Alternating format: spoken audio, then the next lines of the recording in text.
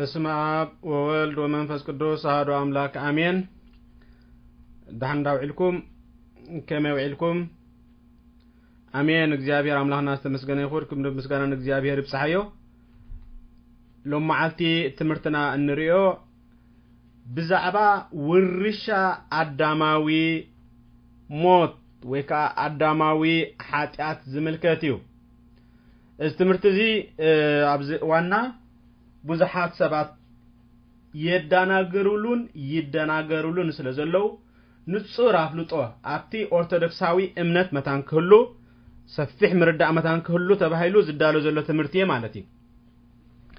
አቀዲመ ግን ቤተክርስቲያንና እንታይ ያተአምን ወይ እንታይ ያተምህር አብ ትምርታ እንታይ ዓይነት መምሃሪ ወይ መወከሲ ወይ ሪሶርስስ ዝባሃሉ አለውዋ።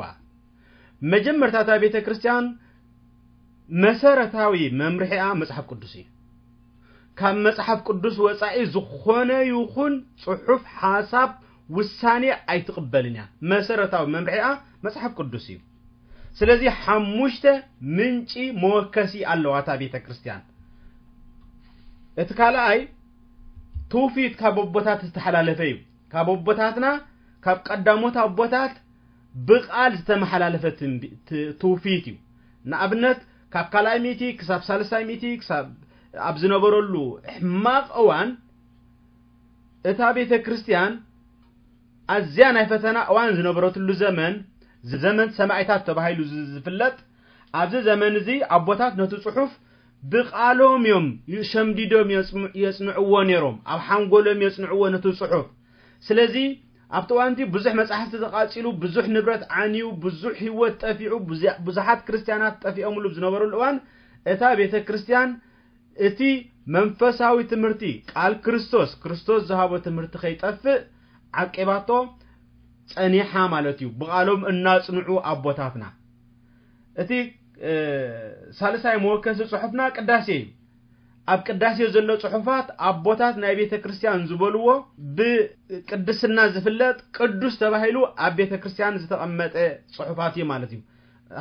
14 ቅዳሴ ኣለዋ ቤተክርስቲያንና። ንኣብነት ናይ ግብጽ 3 ቅዳሴ ኣለዋ ብናታይ ማለት እዩ። እቲ ራብዓይ መወከሲና ጉባኤታት እዩ። ቤተክርስቲያንና 3 ዓበይቲ ዓለም ለኻዊ ጉባኤታት ትቅበል።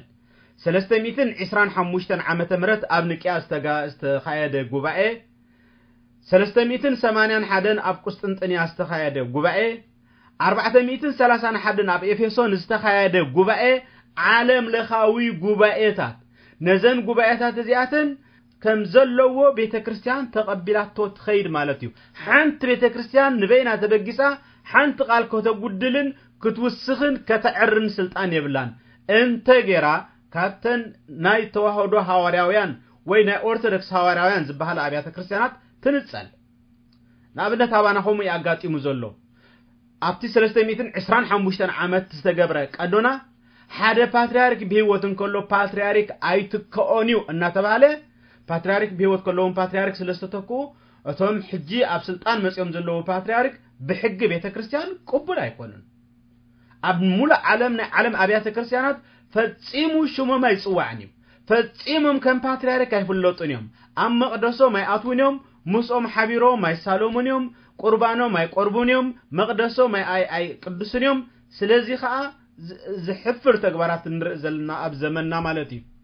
ስለዚ እዚ ፈጺምና ክንውስኾል ሓንቲ ቤተክርስቲያን ንበይና ተሲኣ ወይ ተበጊሳ ብናታ ድሌት ብናታ ስልጣን ብናታ ስምዒት ክትቀይሮ ዘይትኽእል 3 ዓበይቲ ጉባኤ ይበሃል ማለት እዩ። እዘን 3 ዓበይቲ ጉባኤ እዚኣተን ሓንቲ ቤተክርስቲያን ከተፍርስ መሰልን ስልጣንን የብላን።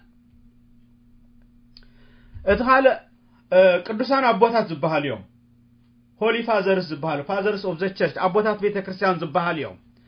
እዚኣቶም ከዓ ብኸመዮም ኣቦታት ቤተክርስቲያን ዝበሃሉ ሓደ ከምታ ኣቀዲመ ዝበልክዎ ካብ ካልኣይ 100 ክሳብ 500 ዓመት ዝነበሩ ጥራይ ክኾኑ ኣለዎም እዞም ኣቦታት ቤተክርስቲያን እንብሎም። ስለዚ መጀመርታ ናቶም መግለጺ ጥንታውነቶም እዩ። እታ ኣቦነት ከብሎም ዝኽእል ኣቦታት ቤተክርስቲያን ጽሑፋቶም ከም ዘለዎ ንቕበሎ። ምኽንያቱ ንሳቶም ካብ ሐዋርያት ሰሚዖም ኣብቲ ዘመን ጥፍኣት ዘመን ስደት ዘመን ዕንወት زمن سمعتات كا نتصحف بملؤ أبقالهم حيزمو سلازنبرو اتن الساتهم زبلوا قال كم زلو نقبلو مالتي كالاي أورثودكساوي تمرتهم قنوع تمرتهم حقنيا كات كريستوس زباله زمهارون زي زنبله تمرت مزخون رابعي قدسنا هيوتهم أبيت كريستيان زلوهم قدسنا أبيت كريستيان زلوهم أغلغلوت أبيت كريستيان زغبروا توفاينت حمشاي اتا أبيت